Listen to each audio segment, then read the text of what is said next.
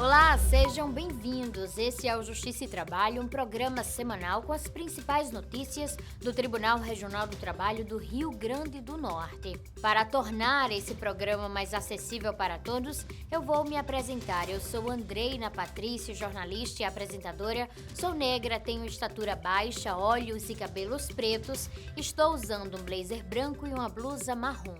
O cenário do programa é azul com a logomarca JT, Justiça e Trabalho. Nessa edição você vai ver: Terceira Vara do Trabalho de Natal determina bloqueio de R$332 mil nas contas do América de Natal. TRT 21 promove encontro para falar sobre o impacto da nova NR1 na saúde da mulher. Segunda Vara do Trabalho de Mossoró nega pedido de indenização por danos morais à trabalhadora que alegou ter sido vítima de capacitismo. Tribunal cedia audiência pública que discutiu os impactos da suspensão de uma lei estadual que trata da reserva de vagas de emprego para pessoas trans e travestis. E ainda nessa edição tem uma entrevista com a juíza coordenadora da CAEX, a Central de Apoio à Execução, Estela Altran. Falamos sobre o primeiro leilão do ano que vai acontecer no fim deste mês. Então fique aí que o Justiça e Trabalho já começou. A Terceira Vara do Trabalho de Natal determinou o bloqueio de R$332 mil nas contas do América de Natal, SAF. A medida foi tomada em ação movida pelo ex-jogador Matheus Cotúlio Bossa, o Mateuzinho. O processo está em fase de recurso no Tribunal Superior do Trabalho, TST.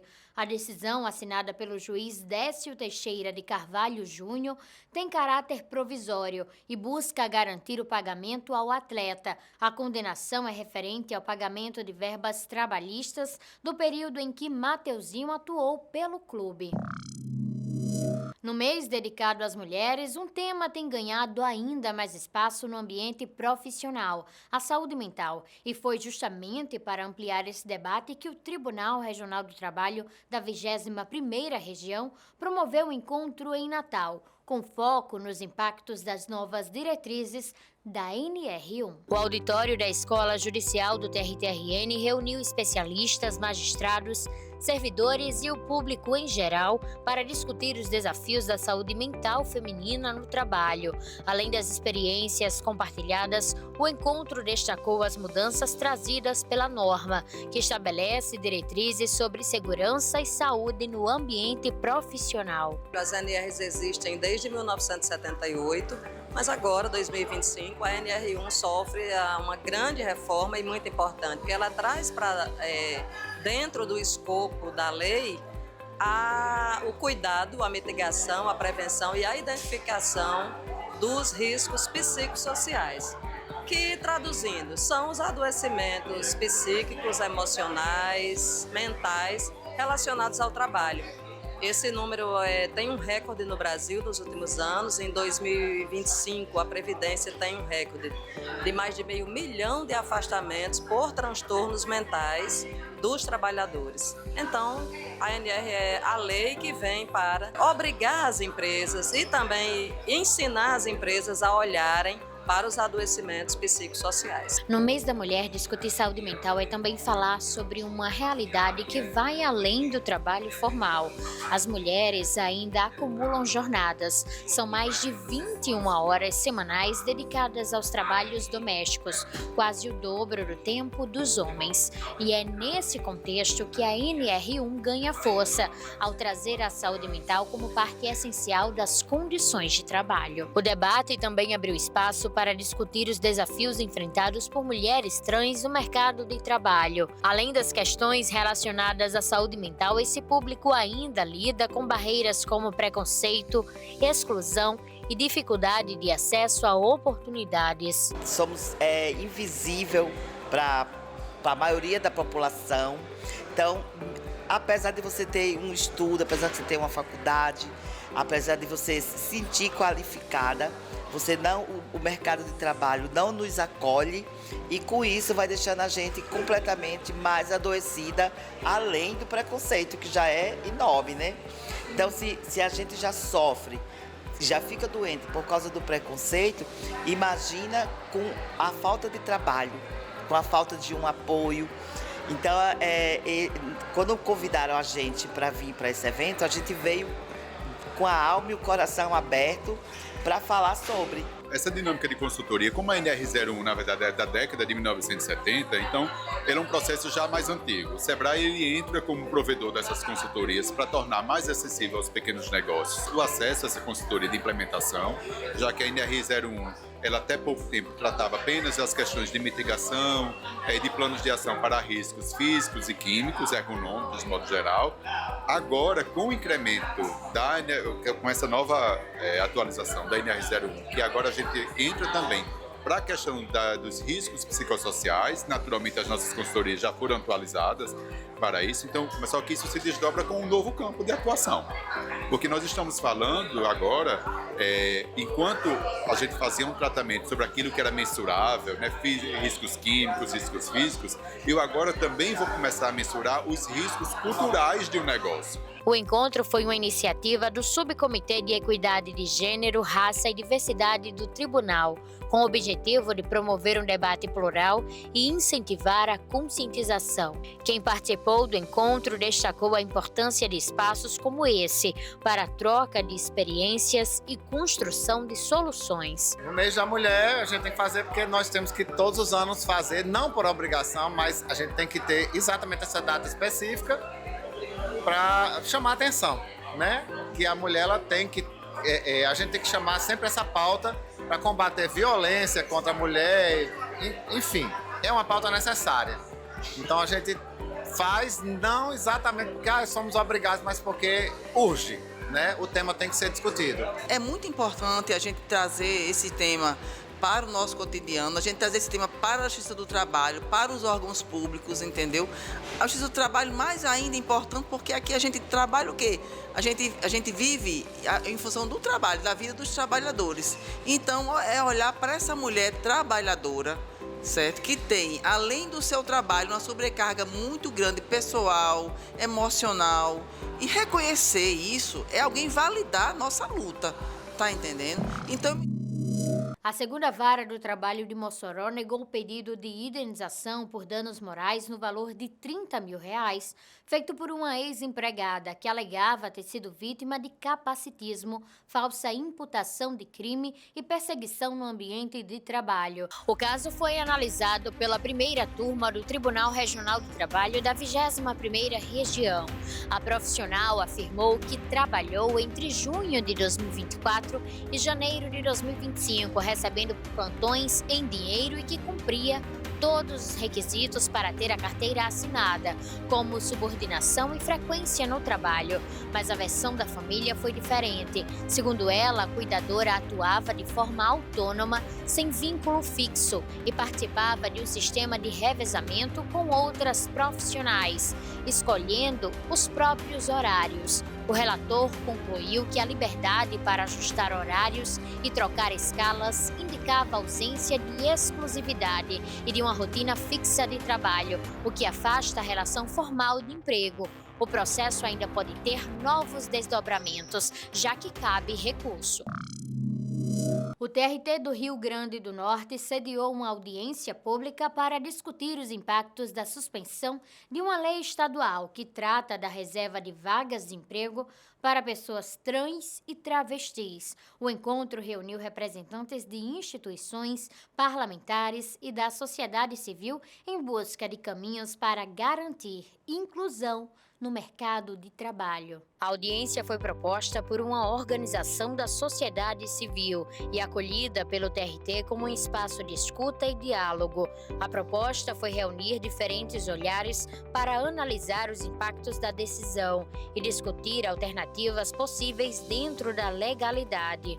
A lei foi aprovada e sancionada em 2023 e previa que empresas beneficiadas com incentivos fiscais destinassem 5% das vagas para pessoas trans e travestis. Essa foi a legislação advinda de um projeto de lei da Assembleia Legislativa do Rio Grande do Norte, né, que foi um ganho muito importante para a população trans do Rio Grande do Norte. Em 2023, ela foi sancionada como legislação e garantia que 5% das vagas em empresas que recebessem incentivo fiscal governamental fosse estimulada a inclusão laboral de pessoas trans e travestis.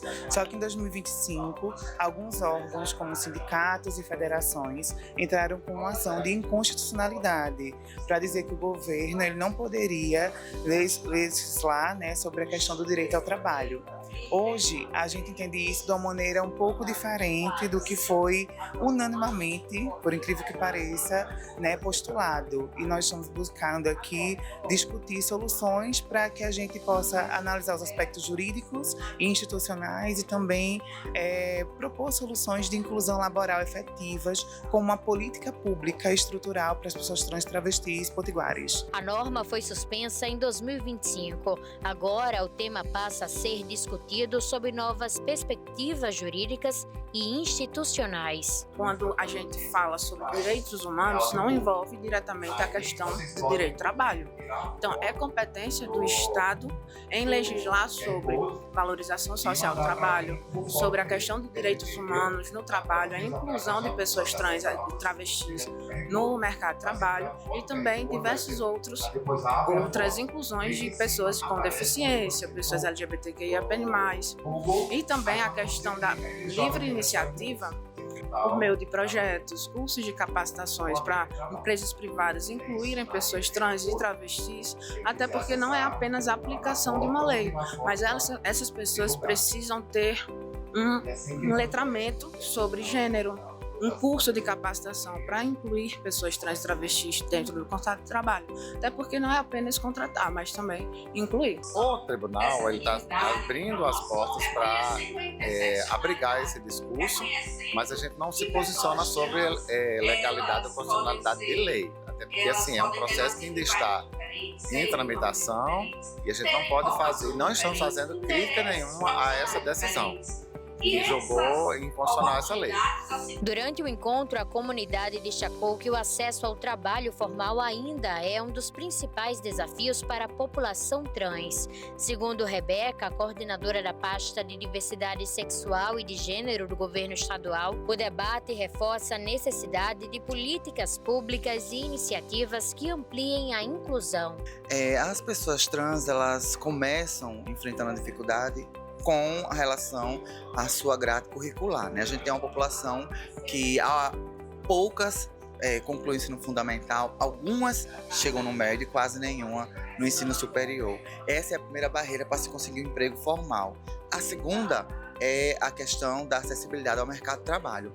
Muitas empresas não respeitam o nome social, não respeitam a questão do gênero, da utilização do banheiro, e isso faz com que essas pessoas sejam espremidas para a margem da sociedade. Consequência disso é que a gente tem um grande percentual da nossa população ainda na prostituição, que é o que a gente tenta tirar. Então, nessa perspectiva, o governo do estado criou o Programa Estadual Transcidadania, que dá o direito a elas estudarem, fazerem um curso e sonharem, se qualificarem para estar optando aí por qualquer espaço no mercado de trabalho do que elas almejam, né? Do que elas sonham.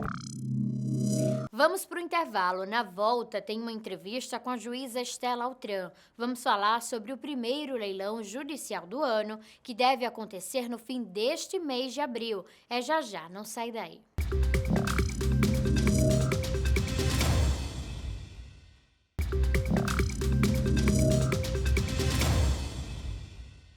Estamos de volta e a entrevista de hoje é num espaço bem diferente do que você está acostumado a ver. Nós estamos aqui no depósito judicial com a doutora Estela Altran, ela que é juíza do trabalho e coordenadora da Central de Apoio à Execução do TRTRN. Por que nós estamos aqui afinal?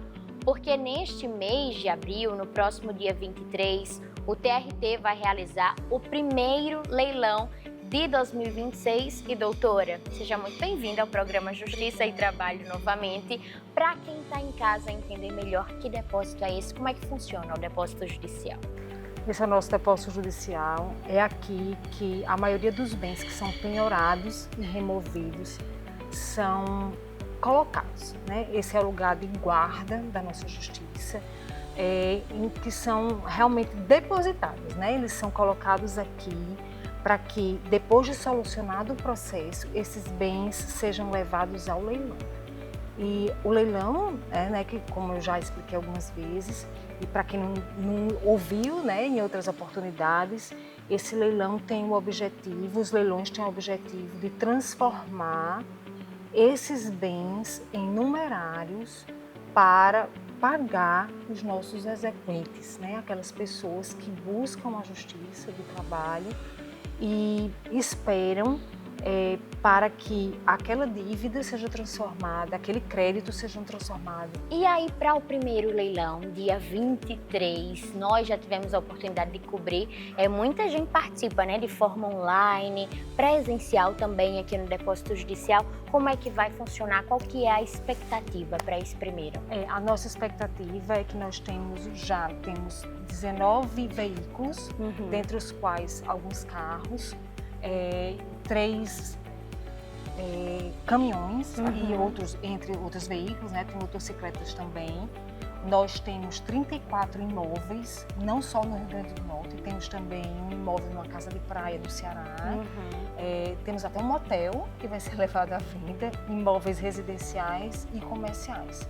Sempre tem, né, nos leilões alguns itens mais interessantes que outros que acabam chamando a atenção. Inclusive, para deixar você na curiosidade, despertar o interesse, nós fizemos questão de mostrar um dos automóveis, um dos carros que vão estar neste primeiro leilão do TRT, que é essa Mercedes aqui, né, doutora? O pessoal acaba procurando muito?